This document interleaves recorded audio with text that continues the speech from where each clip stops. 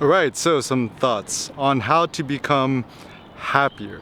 So my basic gist is I think of happiness kind of more of a physiological thing, meaning pertaining to your body, your muscles, whatever.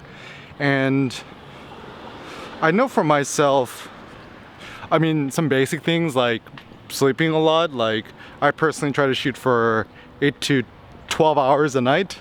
So when I used to do a lot of powerlifting, a lot of deadlifts, it was pretty frequent where I would sleep like 10 hours a night. And also eating lots of meat and also intermittent fasting. So I generally don't break my fast. I don't eat breakfast or lunch, and I don't break my fast until around sunset, typically. Now,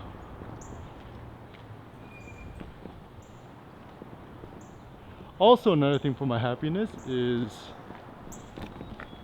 I've kind of discovered for myself, the more I'm out and about and just in the real world, I'm far happier. I'm like, the more time I spend in my apartment, I kind of tend to feel a little more depressive. But if I'm just kind of out and about walking, looking at people, talking to people, recording, vlogging, whatever, it's really, really fun. And also whether that be making photos and stuff like that. And this is where I think photography is really good for the soul, because photography does afford you the opportunity to move more, to see more, to experience more, and to live more. And this is actually where blogging and vlogging has made me a lot happier, insofar much as it's made me a lot more active. So I generally think that the most physically active, like walking, moving your body and stuff like that, is probably the most joy that a human could ask for in existence. It's eating a lot of meat, intermittent fasting, lifting weights, listening to good music, dancing, skipping around, having good friends, and that's pretty much it. So once he's happy, then what? So this is a question that people don't think about a lot, is that once you're happy, so I'm like 100% happy now. Now what? Obviously I still have regrets and, you know, things that make me sad and stuff like that, but once he's happy, then what? So my thought is, once you're at like some sort of baseline version of happiness, I don't think the goal is to just keep making yourself like quote quote happier. Then you just kind of go down this like treadmill of just trying to, I don't know, do more lines of coke and, you know, do more prostitution or porn or something like that. There seems to be a maximization of pleasure. It seems like a combination of consumerism and like hedonistic pleasures. But I actually think that once you have a base level of happiness, then the point is to channel that happiness to make more art. So when I say art, I mean to say it very generally, like making videos, blogs, vlogs, articles, writing books, presenting, to think, to meditate, to write, and stuff like that. And so certainly the happiest life isn't to have 100 Lamborghinis and $1 trillion in the bank. No, it's to continually think, to explore, to wander, to move. And I think that moving motivation is the secret and key to everything.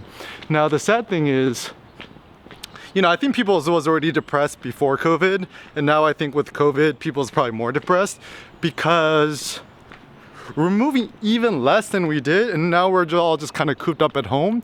And once again, the more time you spend at home, typically the more depressed you are, because the less active you are and the less chance you have to go out and look at this beautiful world in which we live in. And also just simple things like lack of human contact and stuff like that. But you know, as an artist, it's kind of interesting because you're kind of like a rare plant or a rare breed, where as an artist, you know, your goal isn't to just maximize your happiness or your pleasure. Your goal is to make great artworks. And this is where something I find interesting is that even apparently Michelangelo, who made the David statue and stuff like that, you know, one of the greatest artists of all time, he wasn't like actually that happy of a person. I think he actually lived a pretty poor, mean lifestyle where he just had some bread, and he did his artworks.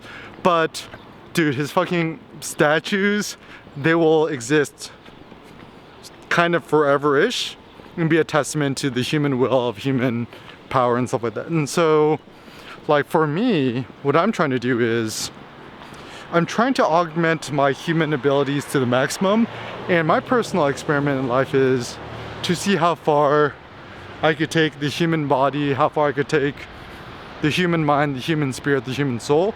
So I believe in new frontiers of the human soul and the human ability, and I'm just kind of using myself as a test case. Now, how do I do that? Becoming more physically muscular. So every day, 7 days a week, I work out, I lift weights, I have some dumbbells at home, I do chin-ups on trees, I do burpees at home, I do push-ups, I do calisthenics, planches and stuff like that. And I eat a lot of meat and drink a lot of coffee, try to walk as much as I can, to talk as much as I can, and so forth. And the end game of all of this is that when I'm dead on my deathbed, or about to die on my deathbed, I want to kind of die with the satisfaction that I used all my energy, my human spirit, and my soul towards what I considered a maximally meaningful, productive life.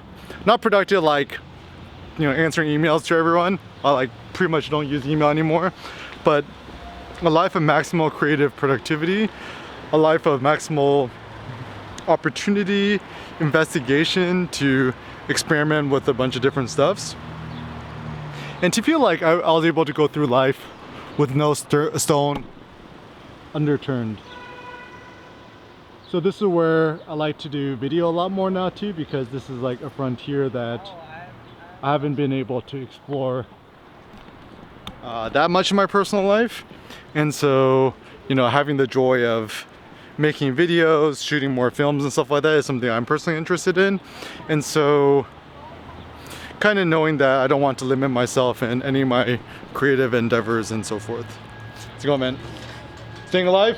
Oh, yeah. Thank you. Yeah, and so just know that in this beautiful dance of life is to strive to maximize your personal potential. And I think it just means to have the courage to pursue what you're personally interested in, because whether you quote succeed or not, not really in your own power, because you know, you could be the smartest, most intelligent person in the world and still not make $1 trillion from whatever you're passionate about. And that's not really the goal. I think the goal is to augment your strength, to augment your abilities, and leave no stone unturned. Leave no stone unturned. So turn over every stone that you're curious about.